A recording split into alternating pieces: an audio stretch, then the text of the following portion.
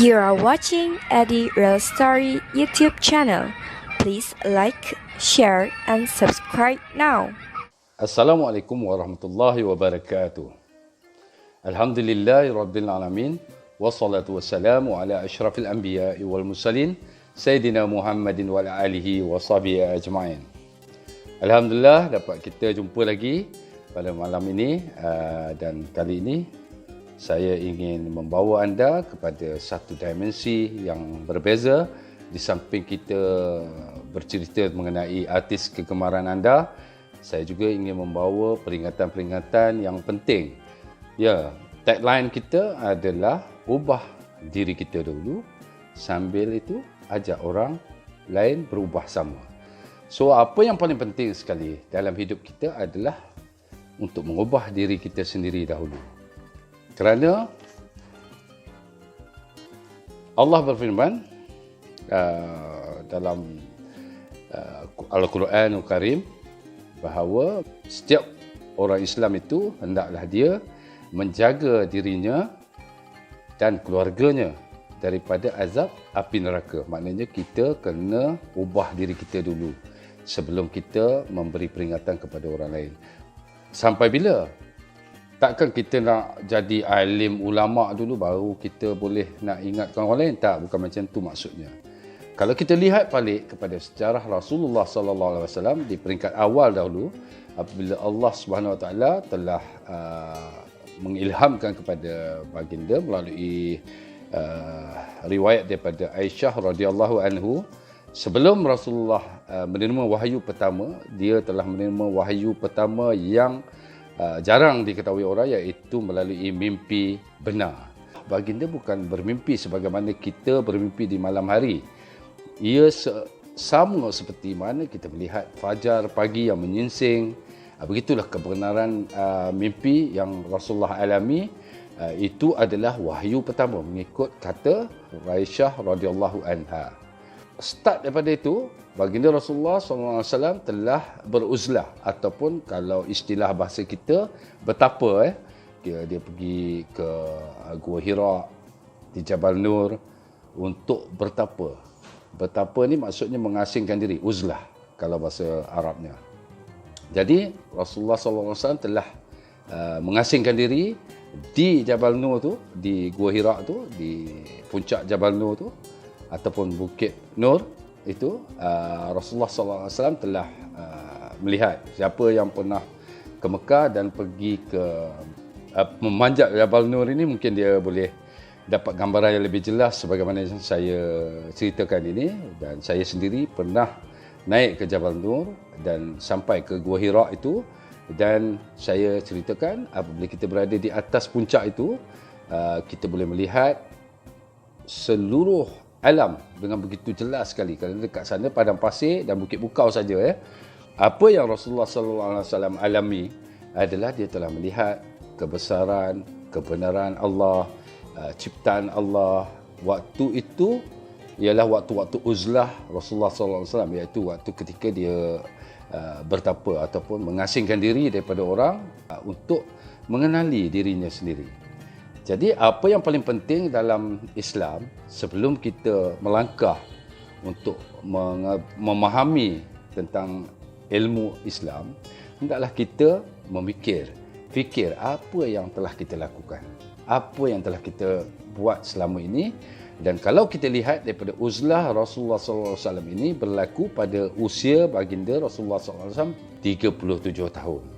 Kerana uzlah ini, iaitu bertapa di Gua Hira ini, berlangsung selama 3 tahun.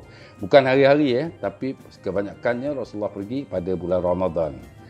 So, selama 3 tahun, bermakna tahun yang ketiga itu, di ketika usia Rasulullah SAW 40 tahun, barulah Rasulullah SAW menerima wahyu terus daripada Jibril yang diutus oleh Allah SWT kepada Rasulullah, sebagai membenarkan dia adalah utusan Allah. So, daripada pertemuan pertama Jibril dengan Rasulullah SAW di Gua Hira itu, diturunkan 5 ayat dari surah Al-Alaq, iaitu ayat 1 hingga 5. A'udzubillahi minasyaitonirrajim. Bismillahirrahmanirrahim. Iqra' bismi rabbikal ladzi khalaq. 1. Khalaqal insana min 'alaq. 2. Iqra' wa rabbukal akram. 3. Allazi 'allama bil qalam. 4. 'Allamal insana ma lam ya'lam. 5. So 5 ayat ini yang pertama, apabila Jibril tiba dan bertemu dengan Rasulullah SAW, dia kata, bacalah. Rasulullah kata, aku tak erti baca, aku tak pandai baca. Bacalah 3 kali sampai kemudian yang kali ketiga, dia rangkul Rasulullah dengan begitu kuat sekali sehingga Rasulullah kata, aku lemas, lepaskan aku. Baca, kata dia. Dan yang kali ketiga tu, bila Jibril peluk Rasulullah, rangkul dia dan terus dia bacakan ayat ini. Yang 5 ayat daripada surah Al-Alaq ni. Iqra' bismi rabbikal ladzi khalaq. Khalaqal insana min 'alaq. Iqra' wa rabbukal akram. Allazi 'allama bil qalam. 'Allamal insana ma lam ya'lam. Apabila dibacakan ini secara otomatis Rasulullah SAW telah mengikut apa yang telah disampaikan oleh Jibril kepada baginda. Dan kemudian Rasulullah SAW bergegas pulang ke rumah dan menemui Siti Khadijah. Waktu itu isteri Rasulullah adalah Siti Khadijah. Dia selimutkan aku. Jadi dia menggigil ketakutan. Yalah, kalau kita pun sedang bertapa, tiba-tiba datang sesuatu kemudian menyeru kita kepada satu ayat ataupun kalimah tauhid. Kalau kita lihat daripada maksud ayat ini, jelas ia adalah satu kalimah tauhid, iaitu kalimah yang memang kita kena akui ia adalah tanda bahawa seseorang itu sedang diutus Allah SWT sebagai Nabi. Iaitu maksudnya, bacalah dengan menyebut nama Tuhanmu dan dialah yang telah menciptakan manusia dari segumpal darah. Bacalah, dan Rabbmu lah yang paling pemurah, yang mengajar manusia dengan perantaraan kalam. Kalam ni alat tulis, buku, kertas dan sebagainya lah.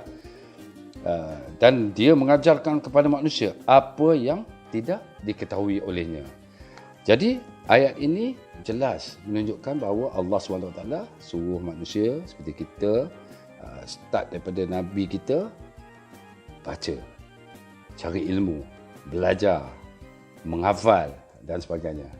Jadi itu lebih kurang. Jadi untuk pertama sekali kita mesti kena betulkan diri kita lah. Saya pun tak nak betulkan orang lain. Saya betulkan diri saya dulu. Kemudian saya ajak fans semua sekali supaya kita sama-sama ubah. Bukan senang nak ubah. Apatah lagi macam kami ni, macam saya ni, kita dah biasa dengan kehidupan yang lara, banyak hiburan lebih daripada yang lain-lain. Kalau kita nak kaji balik, ada kalanya kita fikir mungkin kehidupan anda semua lebih baik daripada kehidupan saya di waktu usia muda. Dan saya akui kelemahan ini, iaitu saya mungkin tidaklah sebaik anda semua. Tetapi apabila kita ingin mengubah diri kita, ingin berusaha bersama untuk ubah diri kita, untuk menyelamatkan diri kita daripada azab kubur dan azab api neraka. Jadi kita kena ubah diri kita dulu. So tagline kita, jom ubah diri kita dulu. Kita tak perlu ubah orang lain. Kalau kita nak ubah orang lain, susah, payah. Tapi kalau kita nak ubah diri kita sendiri, itu mudah. Kerana atas kita. Pertama sekali, ibadah yang paling agung iaitu solat 5 waktu. Saya faham, solat ini kalau waktu-waktu lain, Zuhur, Asar, Maghrib. Maghrib ni paling rajin lah orang sebab orang lepas mandi petang-petang tu, dia terus solat Maghrib. Lepas tu Isyak. Selalu yang orang paling problem sekali, saya akui dulu waktu saya muda remaja pun, inilah waktu yang paling sukar, iaitu solat subuh. Selalu terlajak dan sebagainya. Saya tak nak betulkan orang lain, sebab tu saya nak betulkan diri saya dulu. So saya betulkan diri saya, kita dah kena kunci jam dan sebagainya untuk pastikan kita bangun pada waktu tertentu untuk kita mengerjakan solat subuh. Kerana solat subuh ni dia ada waktu tertentu sebelum terbit fajar, iaitu masih dalam keadaan malam yang hampir fajar hampir terbit, dan waktu itu adalah waktu yang paling utama. Sehingga Allah SWT kata melalui Rasulullah SAW, siapa yang mengerjakan solat 2 rakaat sebelum solat subuh, dia seolah-olah mendapat kelebihan seluruh isi dunia ni. Maknanya seluruh isi dunia ni solat 2 rakaat sebelum solat subuh itu adalah lebih utama, lebih baik daripada seluruh alam ini. So bayangkan jadi kalau kita tinggal, rugilah. So maknanya kita kena bangun, kita pasti setkan, macam saya set, kita set bangun, kita nak ubah kan. Kita bangun, solat 2 rakaat sebelum solat subuh dan kemudian solat subuh. Kalau kita dah biasa, dah boleh bangun awal apa semua, nanti kita lajakkan sikit. Kayu basikal ke, baik motor ke, start enjin kereta ke, pergi ke masjid. Buat masa ni kita masih lagi di dalam tempoh PKP. So masjid ada batas-batas tertentu, jadi kita kerjakan di rumah pun tak apa. Ajak keluarga, kalau yang dah ada keluarga, ada anak-anak, kita ajak, kita jadi imam. Baca surah-surah ringkas saja kalau kita tak boleh hafal yang panjang-panjang. Kita baca yang ringkas-ringkas. So mari kita ubah diri kita dulu. Okey. Untuk tidak menghampakan, saya bawa sedikit cerita mengenai kumpulan rock. Dan kali ini saya akan bercerita mengenai ekspedisi. Kerana ramai yang minta saya cerita, sambung cerita ekspedisi. Jadi hari ini saya cerita sikit je. Sebab apa? Tujuan utama video ni adalah untuk kita ajak diri kita ubah dan fan semua berubah. Sudah semestinya lah, ia mesti bermula daripada diri kita sendiri. Kalau kita tak ubah, takkan orang lain boleh berubah. So kalau kita dapat mengubah diri kita, alhamdulillah, syukur. So ekspedisi sebenarnya apabila kita tubuhkan dulu, waktu mula-mula Mael, dia dengan saya je, 2 orang. So kita berbincang dan kemudian saya bertanya kepada Mael apa konsep yang dia nak, supaya sebelum kita pilih anggota band, kita mesti tahu genre muzik yang dia ingin tonjolkan. Dia kata dia bagilah beberapa nama kumpulan kepada saya ketika itu, dan saya kata kat dia, kalau musician ni better you choose.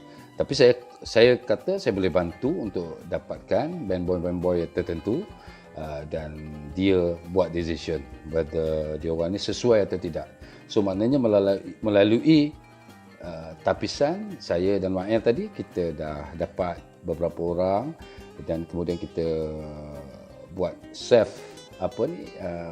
uji bakat uji bakat sendiri, bukannya sekat rakaman. Kita test, dan kemudian kita dapat yang bagus, dan akhirnya kita decide untuk berpindah ke Kampung Baru. Kerana apa? Kita nak semua band boy ni duduk satu tempat, susah nak kumpulkan orang waktu tu. Jadi kalau dapat kalau betul-betul kita nak jadi recording artist, kita kena pindah ke satu tempat yang mana semua anggota ada di situ, dan kita senang organize mereka.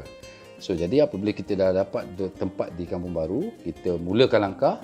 Waktu tu ke lebih kurang tahun 87. So album pertama tahun 90, maknanya ada 3 tahun tenggang sebelum keluar album Darjah 1 tu. Kita buat aktiviti yang waktu itu, ketika itu kumpulan-kumpulan yang dah keluar album memang dah tengah rancak lah, tapi kita tak ada album lagi. So saya telah lakukan beberapa perkara untuk mengetengahkan mereka berempat waktu itu. Jadi saya bawa mereka, so kita pergi funfair. Saya pergi jumpa tokoh funfair. Ini siapa ini? Ini apa? Saya tak kenal lah ini. Aku tak kenal lah ini, dia kata. Dia tak nak ambil artis yang tak ada album ni. Dia kata, siapa mau tengok, dia kata. Jadi saya kata, tak apa, you tak payah bayar kita. kita datang main, kalau ada wang kita angkat lah.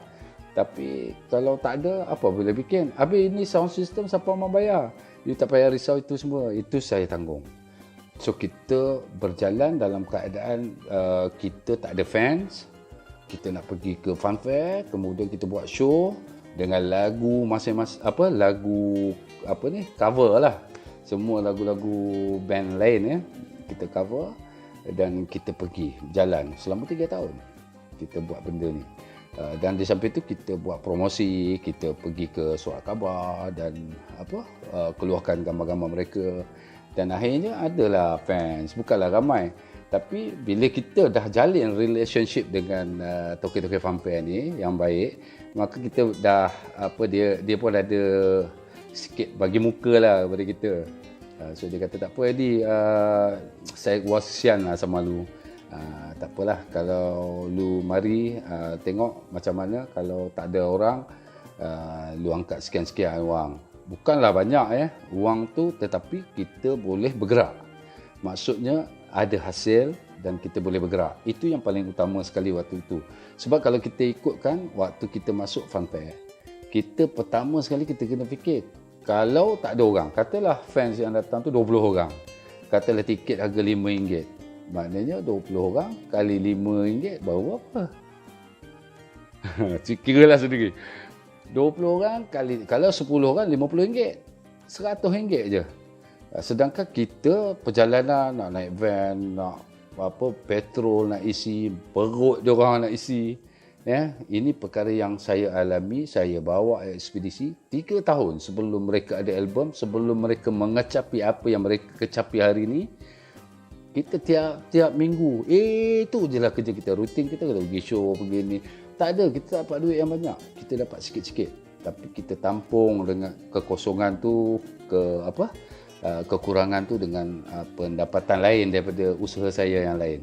So alhamdulillah, apa yang kamu lihat hari ini, ekspedisi yang kamu lihat hari ini, yang kamu sanjung hari ini adalah hasil kerja perik jerih kami selama 3 tahun. Kita susah waktu tu, tetapi kita jalan juga sebab saya melihat bakat besar dalam mereka.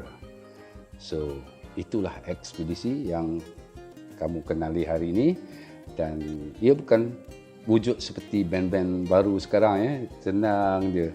No, kita melalui pahit jerih perjalanan yang begitu perik sekali. Kita kalau kita pergi show kan, contoh kita pergi funfair, van sewa, petrol nak kena bayar, lepas tu makan minum dia orang nak kena tanggung, dan sound system dia bukan free Kalau dekat di funfair tu, sound system bukan free, ada kos $400, $500. So itu pun kita kena bayar. Jadi kalau RM100 pendapatan, RM200 daripada hasil jualan tiket, macam mana kita nak cover semua tu Jadi ini telah berlaku selama 3 tahun. Kalau mereka ni, ekspedisi ni, band boy ni, kalau dia orang lupa benda ni, kita tak tahu nak cakap apalah kan. So dia orang kena ingat benda ni. Macam mana kita nak naik, bagaimana kita korbankan diri kita, korban masa, keuangan kita, sehinggalah mereka popular pada hari ini. Kita orang kena ingat tu. So balik kepada tu, setelah mereka popular, kita ada fans. Fans ni semuanya sekarang ni rata-rata yang mana pergi funfair dulu mesti usia dah 40 ke atas lah. Garanti. So kita nak ajak balik yang mereka ni dulu kita sama-sama head banging dan sebagainya. Kita nak ajak lah. Sebab tu kita kena ubah diri kita dulu. Kita ubah diri kita, kita pastikan kita solat dulu, kita jaga keluarga kita. Dan apabila fans melihat perubahan pada diri kita, sudah tentulah mereka juga akan terpanggil untuk berubah. Apa yang berlaku hari ini, alhamdulillah. So agama Islam telah berkembang dengan baik. So kebanyakan band boy dah mula insaf, dan ada ramai yang telah mengerjakan solat dan tak lagi tinggal solat. Solat ni sebut senang, tapi it's not easy. 5 waktu ni memang ramai yang tinggal, saya yakin. Sebab saya sendiri pernah muda. Saya yakin ramai orang muda yang tinggal solat. Tapi tolonglah kerana mati, dia tak kira usia. Dia bukan kira engkau muda ke, bukan sebab engkau tua baru mati. Engkau muda pun boleh mati. Esok lusa, mungkin hari ini saya bercakap dalam video macam ni, esok lusa kita tak tahu. Kan? Mungkin kamu boleh lihat video ni dan saya dah arwah. Siapa tahu? Wallahu alam. So jadi sama-sama kita berbalik kepada tujuan asal Allah SWT ciptakan kita di muka bumi ini, iaitu tidak aku jadikan, kata Allah firman Allah, tidak aku jadikan manusia dan jin kecuali untuk menyembahku. Maknanya kita ni dilahirkan ke dunia ni untuk beribadat, menyembah Allah. Kita kena taat dengan dia. Jadi kita nak buat yang lain-lain Allah tak larang. Yang mana yang dilarang-larang lah. Kalau yang tidak dilarang tu boleh kita buat. Tetapi ada batasnya. Semuanya ada batasnya. Jadi kita sama-sama ubah diri kita dulu. Lepas itu kita berharap orang lain akan mengikut jejak langkah kita. Kerana apabila orang mengikuti kita, jejak langkah kita, maka pahala yang mereka perolehi juga dapat kepada kita tanpa mengurangkan pahala yang mereka kecapi. InsyaAllah sama-sama kita jadi orang yang berakhlak mulia. Kita ubah diri kita berakhlak, beribadat dan suka saya ingatkan bahawa anda semua yang pernah mengenali saya, yang sama-sama pernah meminati kumpulan-kumpulan rock adalah keluarga saya. Walaupun kita ada yang pernah bertemu, ada yang belum, tapi anda adalah keluarga kami, keluarga saya. Jadi saya mesti ingatkan, saya mesti ajak brother semua and sis untuk sama-sama kita kembali kepada Allah SWT dalam apa jua keadaan, apa yang kita lakukan sepanjang hidup kita, mesti kita jangan abai ataupun jangan tinggalkan solat. 5 waktu ni penting. Kerana ini kunci kepada segala-galanya. Bila kita tunaikan 5 waktu sehari semalam tak tinggal dah, maka kita terhindar dari perkara-perkara, daripada melakukan perkara-perkara yang keji dan mungkar. InsyaAllah. Itu janji Allah. So, mari sahabat, kita sama-sama tetapkan pendirian bahawa kita berubah untuk diri kita dulu dan keluarga kita. Kemudian sahabat sehandai kita. Okey, saya sudahi video kali ini dengan sedikit cerita ekspedisi tadi dan tazkirah. Wabillahi taufiq wal hidayah. Wassalamualaikum warahmatullahi wabarakatuh. Do follow us on Facebook Eddie Badrui Expedisi and Instagram Uncle Eddie Expedisi. Thank you for watching. Bye.